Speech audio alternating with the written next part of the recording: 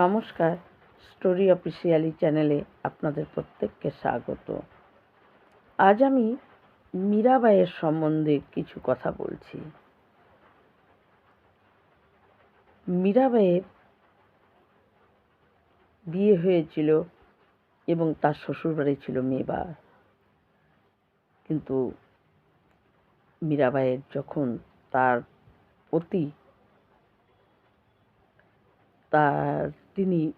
তার মৃত্যু হয়, তার যে মীরাবাইয়ের যে পতি ছিল, তার যে ভাই, মীরাবাইয়ের উপর নানা রকমভাবে অপবাদ, তার সম্বন্ধে নানান রকম কথা তিনি বলতেন।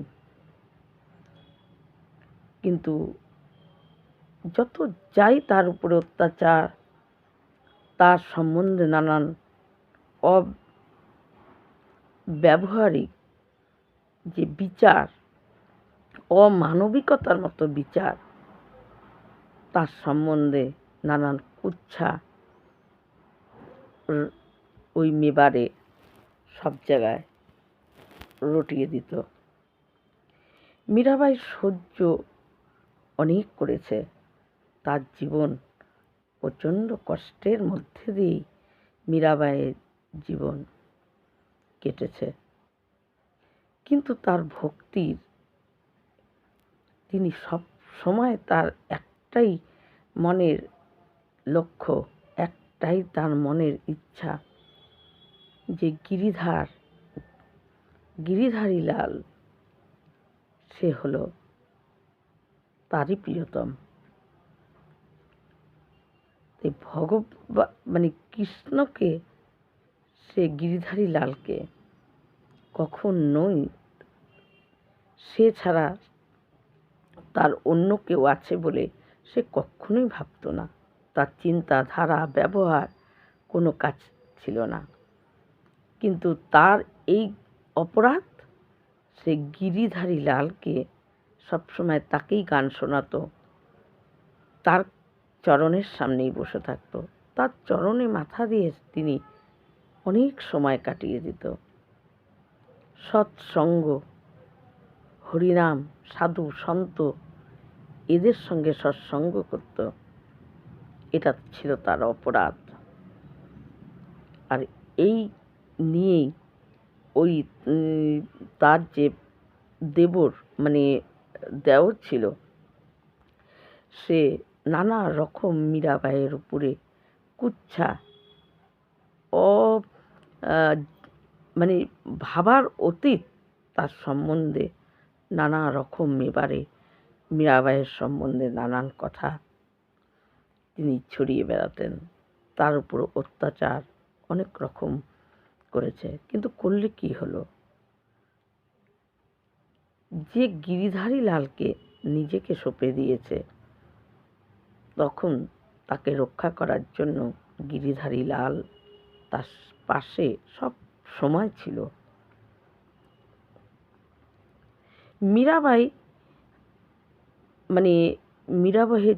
মীরাবাইয়ের চরিত্র থেকে অন্তপক্ষে আমাদের এই জ্ঞান আসে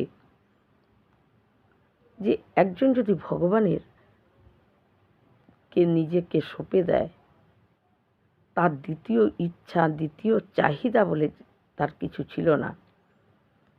কিন্তু তার ভগবানের প্রতি ভক্তি করতে গেলেও যে কত রকম বাধা, কত রকম অপবাদ, কত কষ্টের মধ্যে দিন কাটাতে হয়, সেটা মীরাবাই তার জলজান্ত এই কলিযুগের উদাহরণ।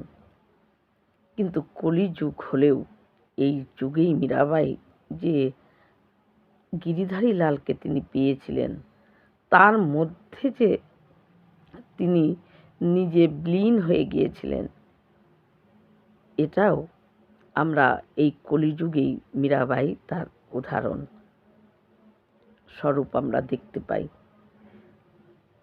তাই মীরাবাইয়ের উপর যখন অনেক রকম তার অত্যাচার, অপবাদ এগুলো হচ্ছিল, মীরাবাই তখন ওই তার গিরিধারী লালের কাছেই যখন বলে যে এখানে আর থাকা যাচ্ছে না, সেই গিরিধারী লালের আজ্ঞাতেই তিনি বৃন্দাবনে আসেন।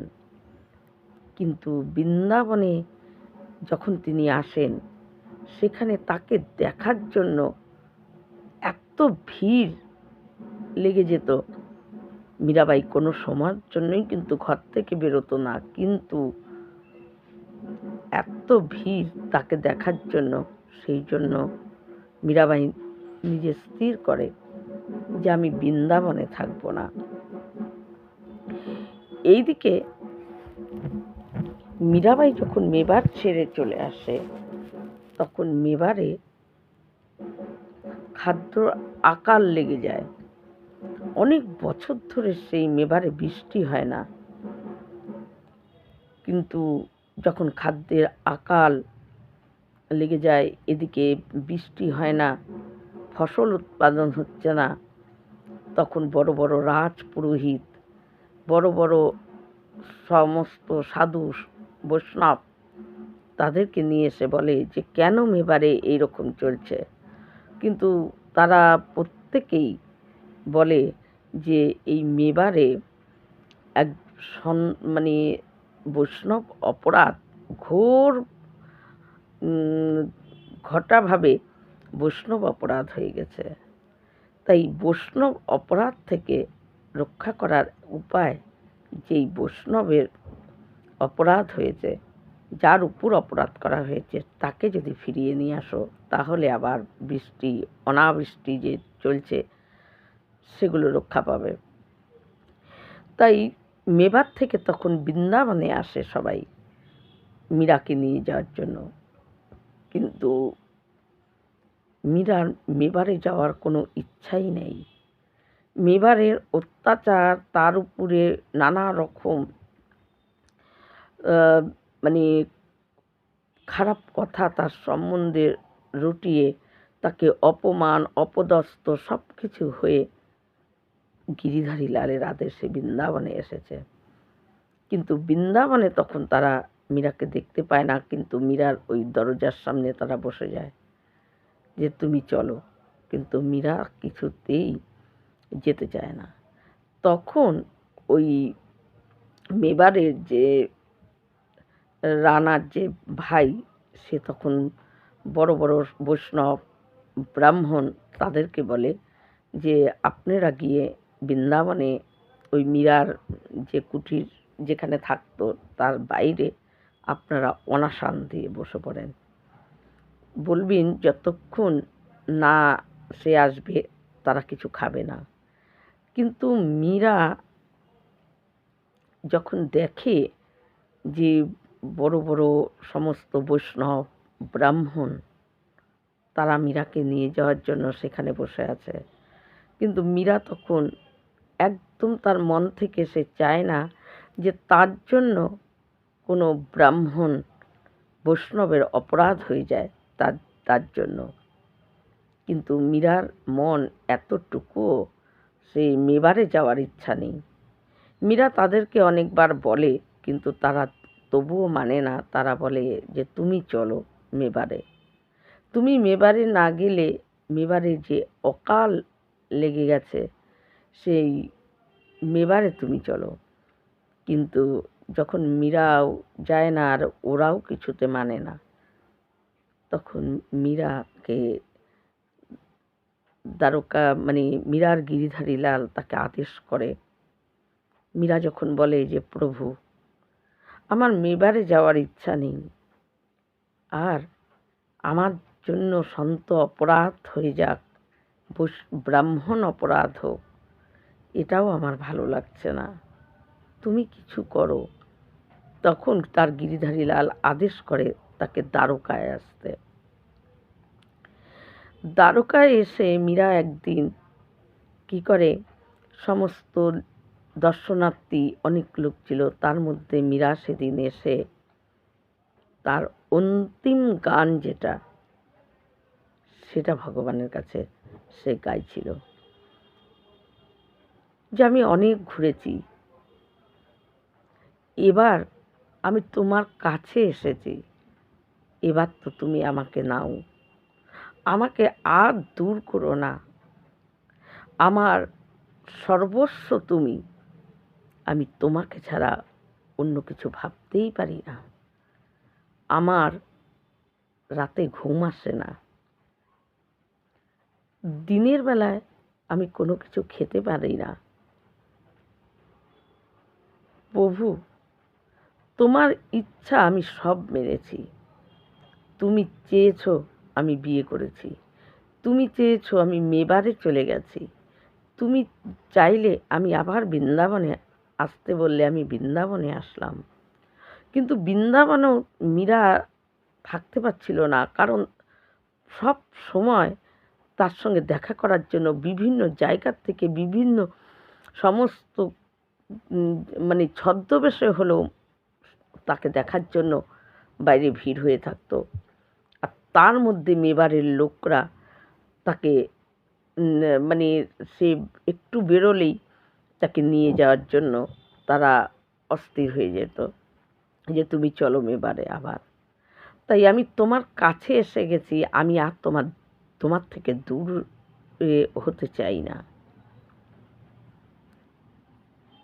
আমি আর তোমার থেকে দূরে যেতে চাই না, এবার তো তুমি নাও, আমাকে কিছু তো করো। তখন মীরা যখন তার জীবনের শেষ গানে, তার গানের যে পংক্তিগুলো এই কথাগুলোই লেখা ছিল,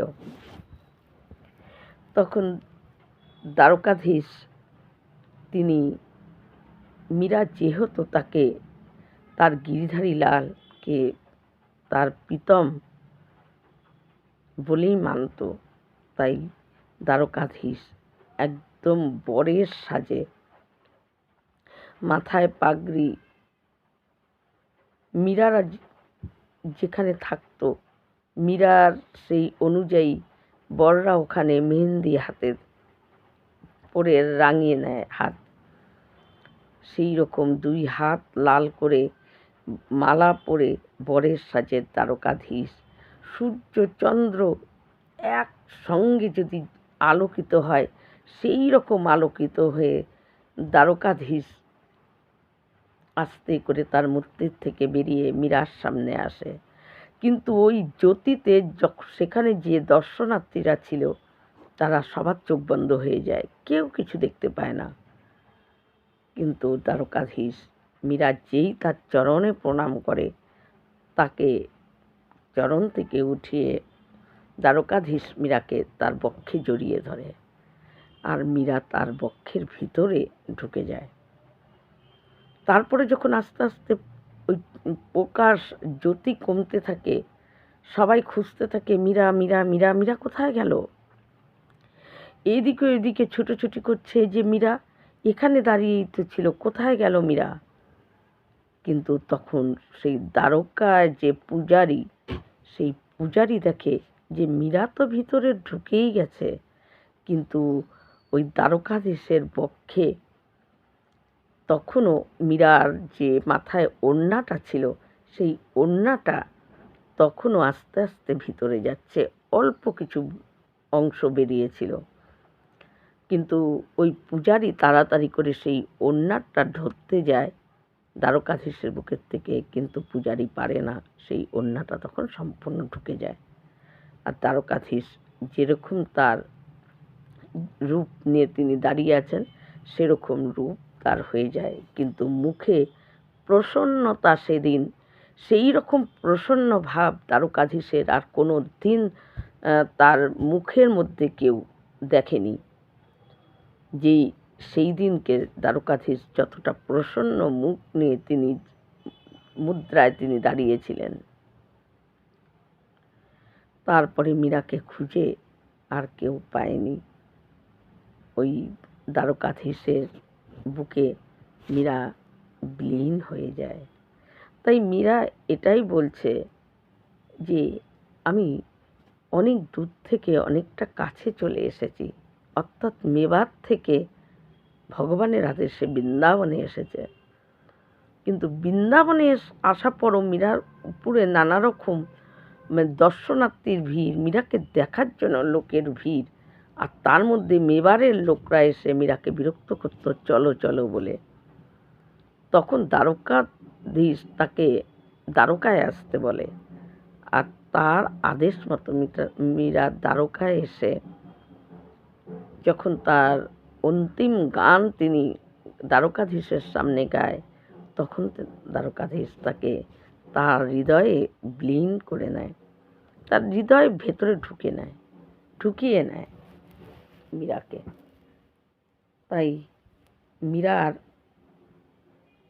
তিনি এই কলিযুগেই এমন গিরিধারী লালের যে তিনি সর্বস্ব, তিনি গিরিধারী লাল ছাড়া আর অন্য কেউ আছে বলে সে কোনোদিন ভাবেনি।